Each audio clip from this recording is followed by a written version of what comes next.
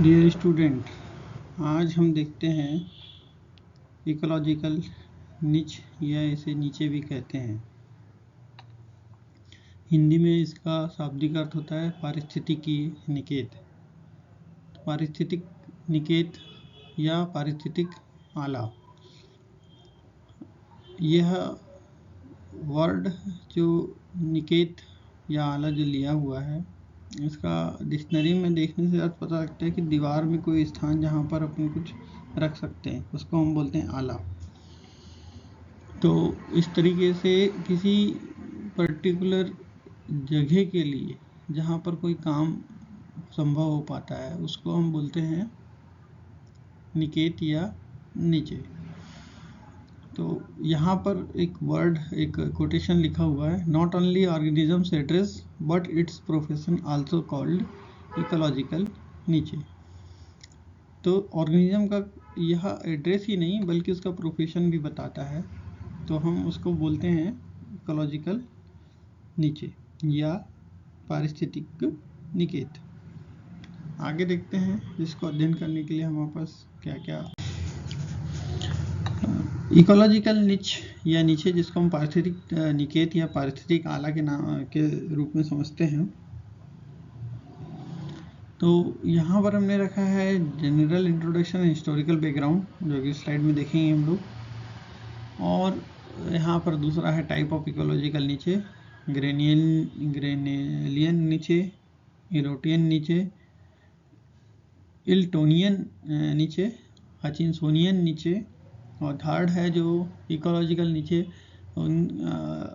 Ecological environmental gradient functional role और physical level पर क्या स्थिति थी, उस आधार पर हम इसको 3 भाग में बांट सकते हैं।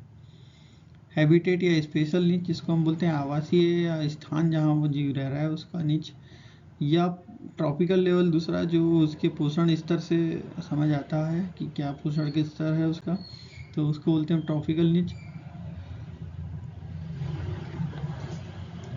और इसी तरीके से हाइपर वॉल्यूम नीच। अभी देखते हैं सभी को डिटेल में। फिर थर्ड है थ्योरी, रेंज एंड पैरामीटर्स। इसमें 3 चीज़ें हैं, कंटेम्प्ररी नीचे, थ्योरी नीचे, और ग्राफिकल रेंजेस क्या है, और थर्ड पैरामीटर्स क्या है उसको देखेंगे। तो कंटेम्प्ररी निच थ्योरी में कोएग्जिस्टेंस जो स्पीसीज का अंडर कंटेम्प्ररी निच थ्योरी के अंतर्गत क्या है। निच और जियोग्राफिकल रेंज में देखेंगे फंडामेंटल एंड रियलाइज्ड निच। और फिर चौथा जो सब हेडिंग रखी हुई है, सम मोर कॉन्सेप्ट्स। तो यहाँ पर हम देखेंगे इसको 2 भागों में बांटा है, हैबिटेट वर्सेस निच के, हम दोनों का अंतर समझेंगे। माइक्रो हैबिट और इकोलॉजिकल निच ये क्या है इसको समझ पाएंगे। सेग्रीगेशन ऑफ इकोलॉजिकल निच, कैसे पृथक कर सकते हैं, सेग्रीगेशन मतलब पृथक कर सकते हैं वो। तो यहाँ पर देखते हैं, निकेत शब्द का पहली बार उपयोग 1917 में जोसेफ ग्रीनेल द्वारा किया गया था। उन्होंने निकेत का उनको एक अंतिम वितरण इकाई के रूप में बताया था, जिसके भीतर प्रत्येक जीव अपनी सहज और संरचनात्मक सीमाओं द्वारा रहवास होता है। उन्होंने ये भी बताया कि कोई भी 2 प्रजातियां एक ही स्थान पर लंबे समय तक नहीं रह सकती। तो हम यहाँ पर आगे चलते हैं और ये सब जो हेडिंग है आगे इसको अपन देखेंगे। तो यहाँ देखते हैं कि एल्टन ने क्या कहा था। एल्टन ने 1927 में भोजन और शिकारियों के साथ अपने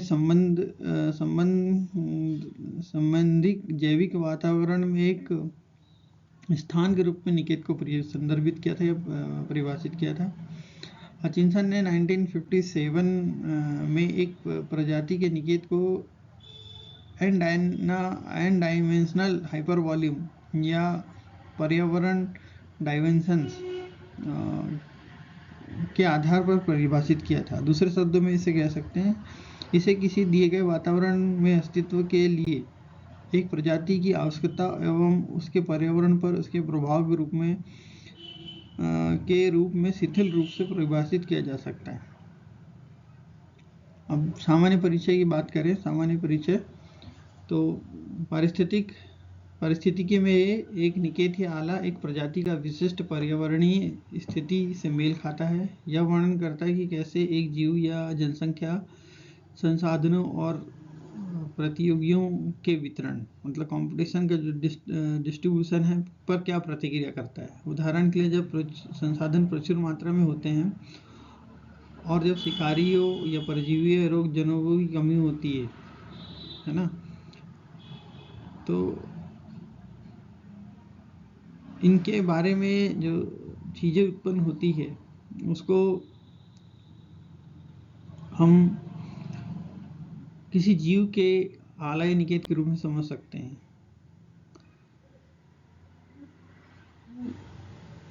अन्य जीवों द्वारा संसाधन तक कैसे पहुंच होती है, शिकारियों का या शिकारी के उपभोक्ता के लिए खाद्य स्रोत में कार्य करना, यह अलग अलग जीवों का एक पर्यावरणीय निकेत या आला होता है। पर्यावरणीय निकेत आयाम के चर, प्रकार और उनकी संख्या और प्रजाति दूसरी प्रजाति में भिन्न होती है, और प्रजातियों के लिए विशेष पर्यावरणीय वेरिएशंस के कंपैरिजन में भौगोलिक और जैविक संदर्भों के अनुसार पर्यावरण निकेत या आला अलग अलग हो सकते हैं। निवास स्थान द्वारा निर्धारित किया जा सकता है कि एक प्रजाति उसमें रहती है और उसके साथ व्यवहारिक रूप से अनुकूल है कि नहीं। तो इस तरह से जो व्यवहारिक रूप से अनुकूलन वाली स्थितियां होती है जिसमें प्रजाति रह सकती है, उसका इकोलॉजिकल निच या निकेत या आला कहलाता है। वो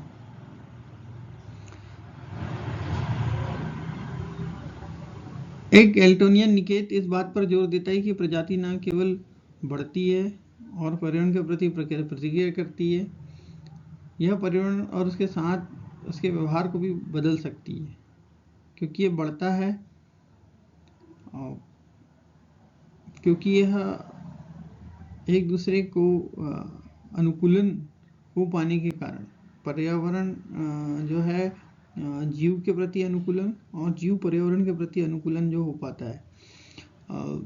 तो देखा जाए तो जो पर्यावरण है वो जीव के प्रति अनुकूलन होता है तो ही जीव वहाँ पर रह सकता है, नहीं तो प्रॉब्लम होगी और वो जीव वहाँ नहीं रह पाएगा।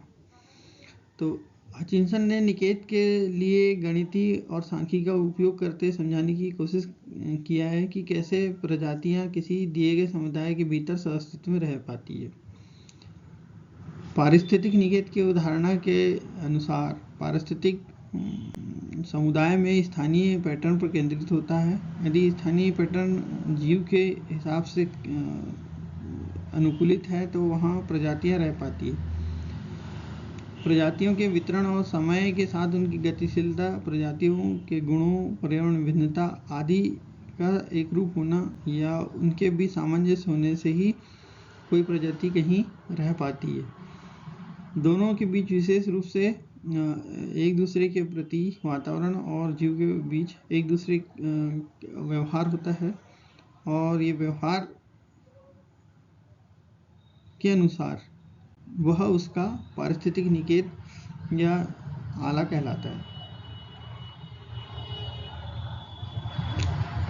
पारिस्थितिक निकेत के प्रकार के बारे में हम देखते हैं तो ग्रेनेलियन जो निकेत है, जो कि ग्रीनेल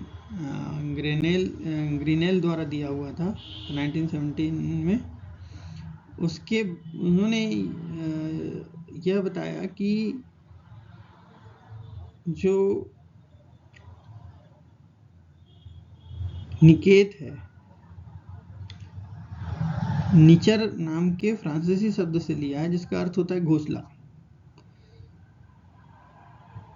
तो यह शब्द जो है रास्वेल हिल जॉनसन द्वारा गढ़ा गया था और संभवतः 17 में जोसेफ ग्रीनेल द्वारा इसको किसी रिसर्च पेपर में या शोध कार्यक्रम में इसका उपयोग किया गया था। अब देखते हैं एल्टोनियन निकेत 1927 में चार्ल्स सदर्न एल्टन जो ब्रिटिश इकोलॉजिस्ट थे उन्होंने इसको परिभाषित किया था। निकेत का अर्थ उन्होंने बताया कि जैविक वातावरण में उस स्थान, भोजन और दुश्मनों से उसका संबंध क्या रहता है किसी जीव का, उसको हम बोलते हैं एल्टोनियन निकेत या निच। हचिनसोनियन निकेत जो थे उसमें हचिनसन ने जो इसको लोकप्रिय बनाया या इसको ऑफिशियली कहना चाहिए, ऑफिशियली इसको इस्टेब्लिश किया, स्थापित किया। हचिनसन ने ये बोला किसी एक आवास में कितने प्रकार के जीव क्यों ना हो, तो वह उसमें से जो अनुकूलित हो पाएंगे वही वहाँ पर रह पाएंगे। उनको यह बात समझाने के लिए एक मॉडल भी विकसित किया और किसी समुदाय विशेष की किसी स्थान विशेष पे उन समुदाय के बीच में कितना रहने वाली प्रजातियां कितनी सहअस्तित्व में हो सकती हैं, उसके संसाधन और आवास की विविधता के कारण कोई प्रजाति कितना टॉलरेट करके या उसमें सामंजस्य स्थापित करके रह सकती है, उसको निकेत की अवधारणा के अंतर्गत माना। और यह निकेत उनके बीच विभिन्न कारकों के साथ ओवरलैपिंग करते हैं, क्योंकि संसाधनों का उपयोग करते हैं। विभिन्न प्रजातियां निश्चित संसाधनों का उपयोग करती हैं, चाहे वो आवास हो, स्थान हो, सेक्स पार्टनर हो या भोजन हो या अन्य शेल्टर हो या जो भी चीज़ है, उनको वो ओवरलैप करती हैं प्रजातियां और सामंजस्य स्थापित करके किसी निकेत में रह पाती हैं।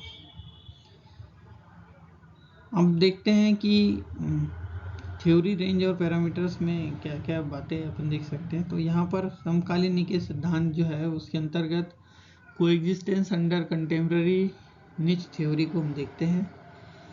तो इसके अंतर्गत समकालीन निकेत सिद्धांत 3 आवश्यकताओं को बताता है जिन दो प्रजाति के सहअस्तित्व के लिए पूरा किया जाना चाहिए। मतलब दो प्रजातियों की अस्तित्व तभी हो पाएगा जब ये चीज़ हो पाएंगी। दोनों उपभोक्ताओं की आवश्यकताओं को ओवरलैप होना चाहिए। प्रत्येक उपभोक्ता को उस संसाधनों के लिए दूसरे से स्पर्धा करनी चाहिए जिससे उससे सबसे अधिक आवश्यकता हो। उदाहरण के लिए यदि दो पौधे हैं तो पारिस्थितिक तंत्र में नाइट्रोजन फास्फोरस के लिए प्रतिस्पर्धा कर रहे हैं, तो वे तभी केवल सहअस्तित्व में रहेंगे जब वो विभिन्न संसाधनों द्वारा सीमित हो। P1 नाइट्रोजन द्वारा सीमित तथा P2 फास्फोरस द्वारा सीमित है, तब ऐसी स्थिति पे प्रत्येक प्रजाति को संसाधन को प्राप्त करने के लिए अन्य प्रजाति को पीछे छोड़ना पड़ेगा। इसके लिए P1 नाइट्रोजन को प्राप्त करने के लिए बेहतर होना चाहिए और P2 को फास्फोरस प्राप्त करने के लिए बेहतर होना चाहिए। इस तरह से सहजता से यह उल्टे दृष्टिकोण समझ आता है। यदि उन दोनों उपभोक्ता एक ही संसाधन पर सीमित हो तो प्रजातियों में केवल एक अंततः बेहतर प्रतियोगी होगा और केवल वही प्रजाति जीवित रहेगी। इसके अलावा यदि P1 को नाइट्रोजन के लिए प्रतिस्पर्धा से बात कर दिया जाए कि जिस संसाधन की उसे सबसे अधिक आवश्यकता थी वह जीवित नहीं रहेगा। इस तरह यदि P2 फास्फोरस के लिए मात दी गई या उसको हटाया गया या प्रतिस्पर्धा दी गई तो जीवित नहीं रहेगा। पर्यावरण के सीमित संसाधनों उपरोक्त उदाहरण में नाइट्रोजन फास्फोरस की बात कर रहे थे अपन, जैसे कि उपलब्धता समतुल्य है। यदि समतुल्य है दोनों की स्थिति, तब इन सभी इस सिद्धांत को होने के लिए इन आवश्यकताओं को पूरा होना होगा। निकेत और भौगोलिक सीमा देखते हैं जिसको हम लिखे हैं 3.b पॉइंट में। नीच एंड जियोग्राफिकल रेंज। तो यहाँ पर हमें दो बातें दिखाई दे रही, फंडामेंटल नीचे और रियलाइज नीचे।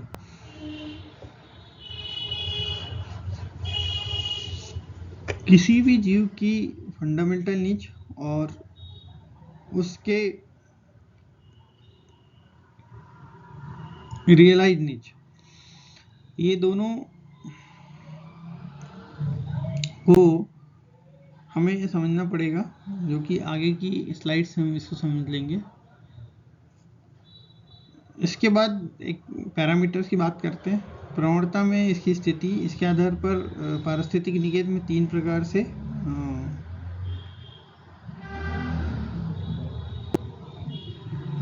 वर्गीकृत जैसे यहाँ किया हुआ था, हैबिटेट, स्पेशल नीच, या दूसरा ट्रॉपिक नीच और तीसरा हाइपर वॉल्यूम नीच।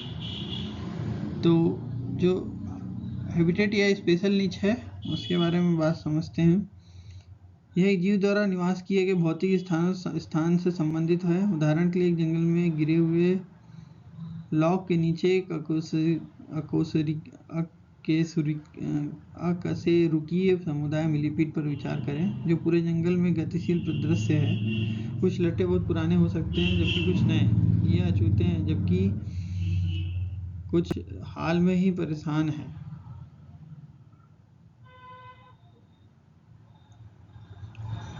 यह परिवर्तनशीलता उस विशेष निवास स्थान में मिलीपीड प्रजातियों के वितरण को भी निर्धारित करती है। यहाँ विचाराधीन है कि निवास स्थान मेपल ओक वनस्पति का वह वन तल है जिसमें मिलीपीड की एक प्रजाति लॉग के केंद्र प्रमुख है, जबकि दूसरे लॉग की सतही लकड़ी पर है। इस तरह लट्टे के नीचे, छाल के नीचे, कूड़े के नीचे आदि मिलीपीड की विभिन्न प्रजातियां पाई जाती है।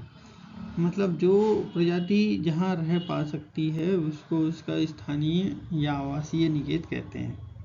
अब दूसरा देखते हैं ट्रॉपिक नीच। तो ये पोषण से संबंधित है। तो पोषण जहाँ जैसा उपलब्ध होगा वहाँ वैसे जीव रह पाएंगे। तीसरा है हाइपर वॉल्यूम नीच। इसको हचिंसन ने 1957 में दिया था और किसी विशेष स्थान पर या हाइपर वॉल्यूम में दिए गए जीव के लिए पर्यावरण कारक, तापमान, आर्द्रता आदि की संख्या है। चूंकि बड़ी संख्या में पर्यावरण कारक हैं, इसलिए इसे एन डायमेंशनल हाइपर वॉल्यूम के रूप में देखा गया है या बताया जाता है। कुछ और अवधारणाएं हैं जिसको हमने 4 नंबर सब हेडिंग में रखा है, सम मोर कॉन्सेप्ट। हैबिटेट वर्सेस नीच। तो यहाँ पर हैबिटेट और नीच, इसको समझने के लिए हमको वही बात है कि स्थान विशेष जो है वो उसको आवास कहते हैं, किसी जीव का आवास। लेकिन नीच क्या होगा? उसका प्रोफेशन होगा, उसका रोल होगा, उसका फिजिकल एग्जिस्टेंस होगा, whatever he has to do, वो है उसका क्या होगा? Ecological nature. तो यहाँ पर दो हमने देखे, दो बात इसमें देख सकते हैं, माइक्रो हैबिटेट और इकोलॉजिकल नेचर। तो माइक्रो हैबिटेट मतलब वो छोटा सा स्थान जहाँ पर किसी जीव का वह स्थान हो सकता है, और इकोलॉजिकल निच में न सिर्फ स्थान बल्कि उसका रोल, उसका फिजिकल एग्जिस्टेंस और न जाने क्या क्या उससे जो भी जुड़ा हुआ है वो सब इकोलॉजिकल निच के अंतर्गत आएगा। तो आगे देखते हैं इकोलॉजिकल निच। सेग्रीगेशन निच हो गया, सेग्रीगेशन इकोलॉजिकल निच, सेग्रीगेशन ऑफ इकोलॉजिकल निच। तो यहाँ पर हम देखते हैं एक जीव के अस्तित्व के लिए इकोलॉजिकल निच का पृथक्करण महत्वपूर्ण है। इससे स्पर्धा कम होगी और समय और ऊर्जा की काफ़ी बचत होगी यदि सभी जीवों को उनके अलग अलग स्थानों पर रहने का मौका मिले। तो सामान्य तौर पर इकोलॉजिकल निच ऐसी प्रजाति का समर्थन करता है जो अन्य जीवों की तुलना में सूक्ष्म पर्यावरण के लिए अधिक अनुकूलित होते हैं। इस प्रकार अन्य प्रजातियां कहीं और निवास कर सकती है जहां कोई प्रतिस्पर्धा नहीं है या कम है। जीवों के बीच गतिविधियों में संघर्ष और भ्रम आदि से यह इस तरह से सेग्रीगेशन बचाता है, सेग्रीगेशन हो जाने से, और एक सुव्यवस्थित कुशल जीवन चक्र का मार्ग प्रशस्त हो जाता है। हम आगे देखते हैं।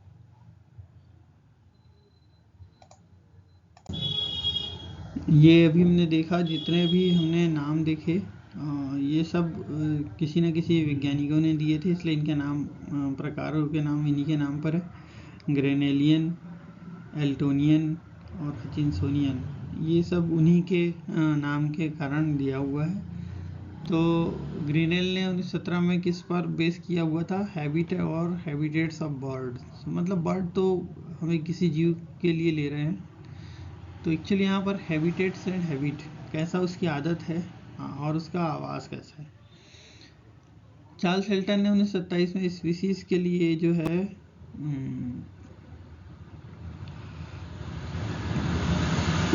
इकोलॉजिकल निच का कॉन्सेप्ट रखा, और उसमें ये बताया कि उनके फूड और प्रेडेटर्स के बीच क्या रिलेशनशिप है किसी भी बायोलॉजिकल एनवायरनमेंट में, वो उसका इकोलॉजिकल निच कहलाएगा।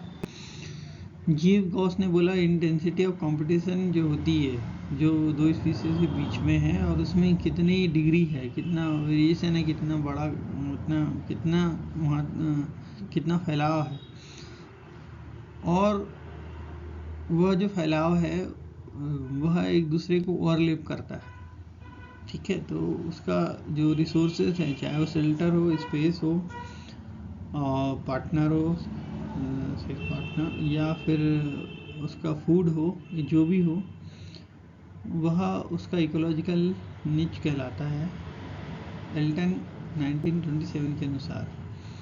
फिर उन्होंने G.F. गॉस 1934 में उन्होंने बोला इंटेंसिटी ऑफ कंपटीशन, कितनी ज़्यादा कंपटीशन है किसी स्पीसीज के बीच में, वह उसकी सजेस्ट करता है डिग्री कि वो कितना उस इकोलॉजिकल निच के लिए एडजस्टेबल है। डेविड लेक 1947 ने माना कि जो निच रिलेशनशिप है वह इवोल्यूशनरी डाइवर्सिटी, किसी स्पीसीज के इवोल्यूशनरी डाइवर्सिटी के विकास के लिए जिम्मेदार होता है। हचिंसन ने बोला 1959 में कि यह जो इकोलॉजिकल निच है उसका क्या डेफिनेशन हो सकता है, और उन्होंने बताया कि उसकी एक्टिविटी रेंज जो है किसी स्पीसीज की, वही उसका इकोलॉजिकल कॉन्सेप्ट बता पाता है।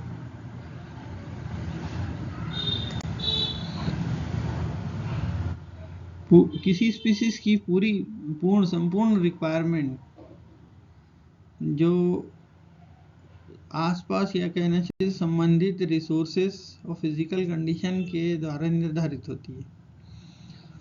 ठीक है, मतलब ये कि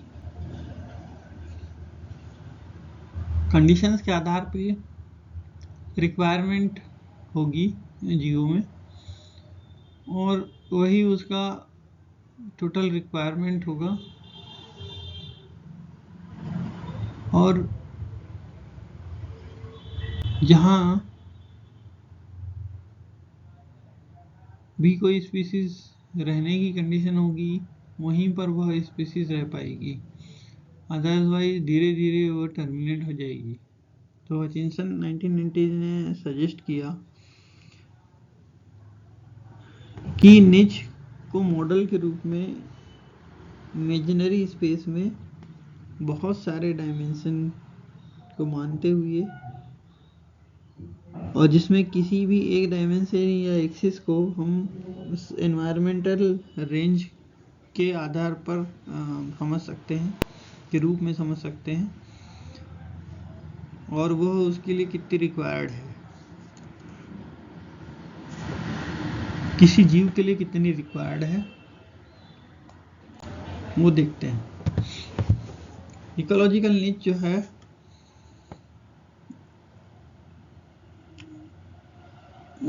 जैसे किसी प्लांट के लिए लें तो वह को जो टेम्परेचर रेंज है वो कितना सह सकता है, कितनी लाइट इंटेंसिटी को सह सकता है फोटोसिंथेसिस के लिए।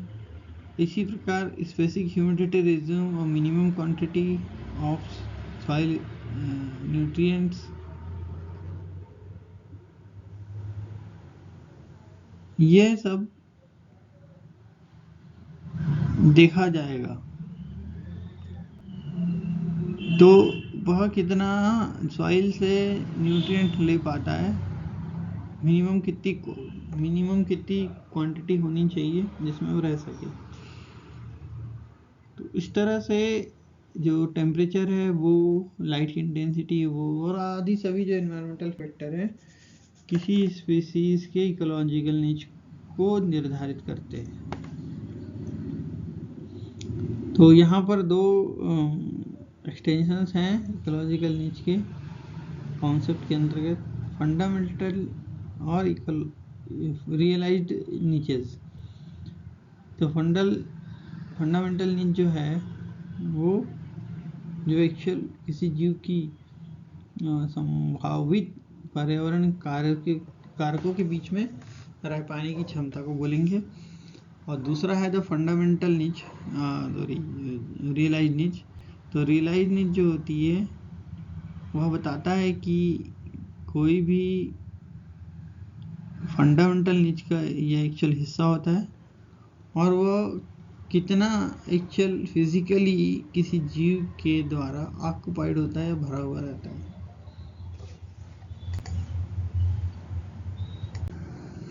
अब यहाँ देखते हैं दो पैरामीटर लिए हुए हैं इकोलॉजिकल नीच के, एक तो मॉइस्चर, दूसरा टेम्परेचर, उसके बीच एक ग्राफ बना हुआ है।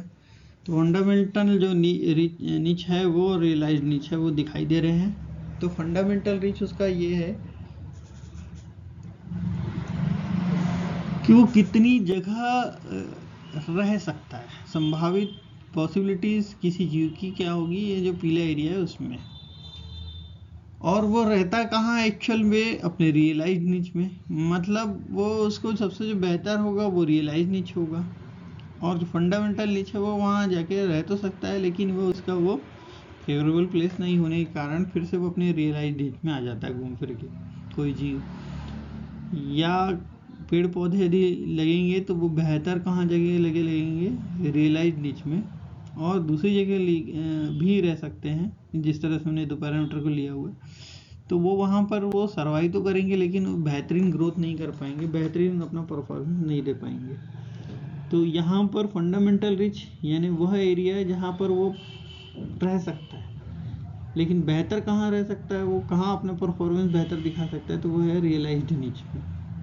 तो इस तरह से हम इस फिगर को समझ सकते हैं। आगे चलते हैं। ईपी उडम की पुस्तक जिसका नाम है फंडामेंटल्स ऑफ इकोलॉजी के अनुसार इकोलॉजिकल नीच किसी ऑर्गेनिज्म का वह स्थान नहीं है, केवल वो स्थान नहीं है जहाँ वह रहता है, बल्कि वह क्या करता है यह उसका इकोलॉजिकल नीच कहलाएगा। समरूपता के आधार पर हम ये कह सकते हैं कि किसी भी ऑर्गेनिज्म का हैबिटेट उसका पता होता है, जबकि इकोलॉजिकल नीच उसका प्रोफेशन होता है बायोलॉजिकली, यदि हम उसको कहें तो इस तरह से उन्होंने इस इकोलॉजिकल नीच को एक कॉन्सेप्ट से समझा दिया कि इकोलॉजिकल नीच जो है किसी भी जीव का वह ना सिर्फ स्थान है बल्कि वो उसका प्रोफेशन भी क्या है, और सबको हम बोल के मिला के हम क्या बोलेंगे, इकोलॉजिकल नीच।